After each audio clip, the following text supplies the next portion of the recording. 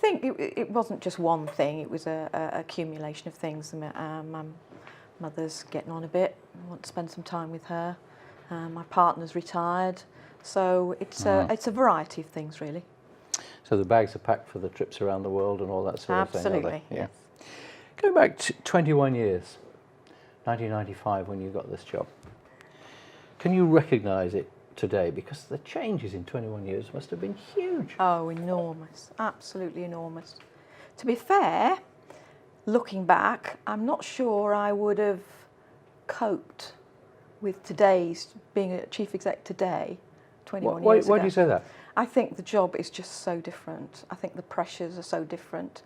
I think the experience you need the experiences you need are very different.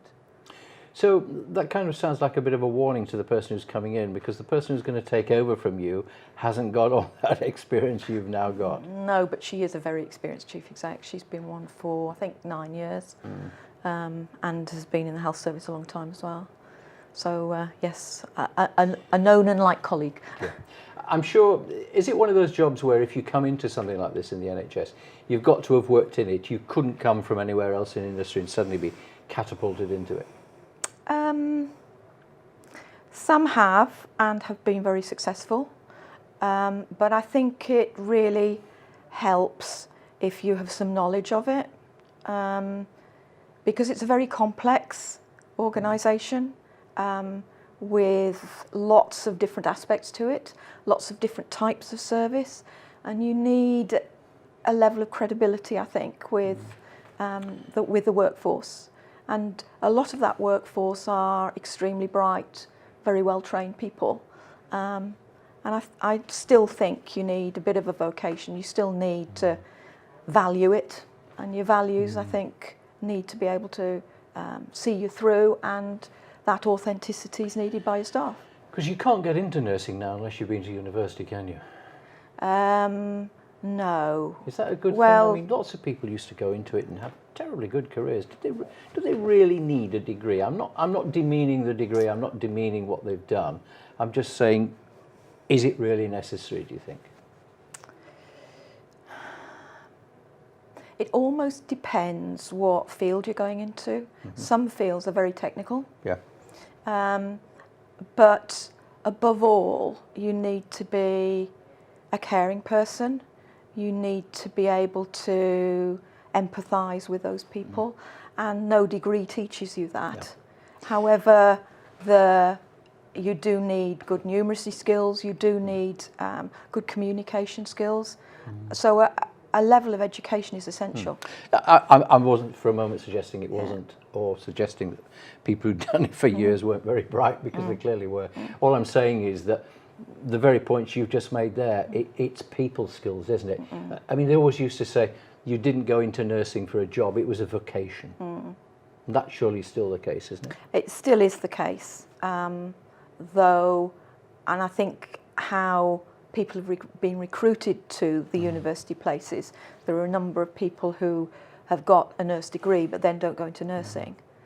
So it's been used as a degree rather than that vocation. Yeah. I can't think of a single day in the last 21 years when there hasn't been a headline somewhere about the NHS. Yes. Whether it's patients on trolleys in corridors, whether it's waiting lists, whether it's money, whether it's charging to park in the car park, all the rest of it. Yes.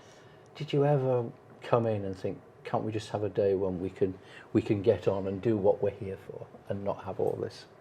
Frequently, and there are certain newspapers who remain nameless who couldn't write anything positive about Please the name NHS. them if you wish. The Daily Mail. Yeah. I don't know why people buy it. I wonder why you were going to say that. Yes. Yeah, it is not possible to say anything positive about the NHS, and it never has done. Did it? And that really does get to me sometimes. I can tell. Did it get to people, other people who worked with you? Did they come in and say, have you seen what they've written today? Yes, but I think in a way we just become inured to it, and we just get on and do our best, really. Was it unfair then? I mean, every headline they wrote can't have been wrong, but no. But did you feel they were just unfair, that they had almost like a daily agenda against the NHS? Yes, that particular newspaper, and still does as far as I'm concerned. I think it's about balance at the end of the day, isn't it? It's about reporting the good things, not just the bad things, or the things that haven't gone well. And I think there's that lack of balance with that particular newspaper.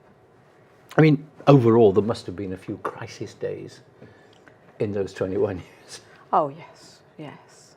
Is there anything that sort of springs to mind you think, I would never want to go through that again?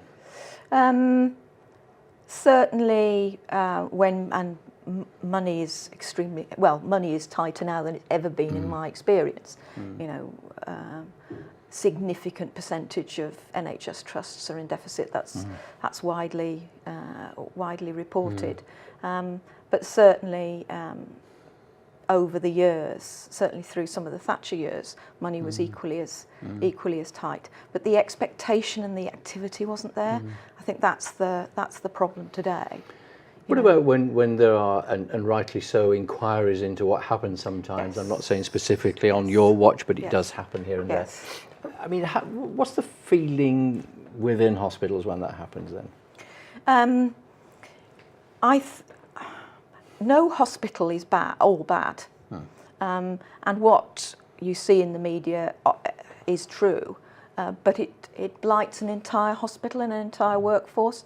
And I think that's the hard bit. That's how you have to recover. That's how you have to pick your staff up and say, you know, and that's particularly in this region has happened. You know, what happened in Midstaffs was not condonable in any way, shape or form. No. But the whole hospital wasn't like that. So I think again, those are the hard things. How do you turn round a reputation that's hard won and easily lost? How do you turn it around then? You absolutely have to be there for your workforce and make sure that what happened doesn't happen again. Try and promote the positives and do it with authenticity. And you have to meet with people you've failed and say sorry and mean it. Not the usual, we'll learn the lessons. Nothing is guaranteed to make people more angry than when they say that, isn't it? Yeah. We accept this report and we will learn lessons from it. Yes, and you cringe. And then it's discussed, isn't it? Yeah. 19, what was it? What year do we decide it was? 95 when you took this job? Yes. I don't know how many health secretaries there have been since then. Quite a few. Yeah. I mean, have you, every time it's changed, thought, oh, what's this one going to be like? You know, some you obviously want to see the back of. No names, no practice, I suspect. Yes. But some have been more inspirational than others, if you like. Some have been a bit too hands-off. Some have been a bit too hands-on. And it's, again, I guess it's about balance. And it depends on the economy, it depends on what the strategies and policies are. So they vary enormously. A colleague of mine actually said, who retired a couple of years ago, said he'd been through 13 reorganisations. And with Lansley, that makes it 14 for me.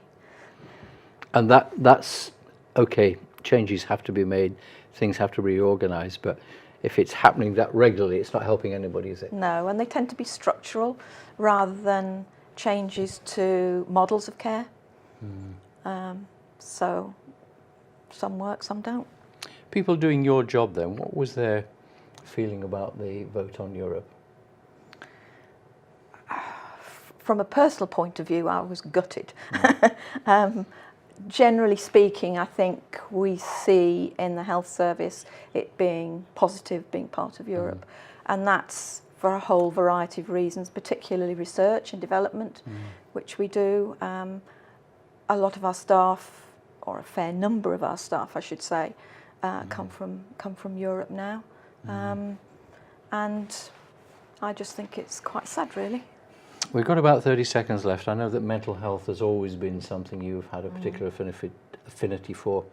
Has it been the poor relation of the NHS for so long, or too long perhaps? It has. It has, and despite the rhetoric, because of the economics we have now, I don't see any huge improvements going forward. But having said that, where it was 21 years ago in institutional care and where it is today is It's a lot fantastic better. by comparison.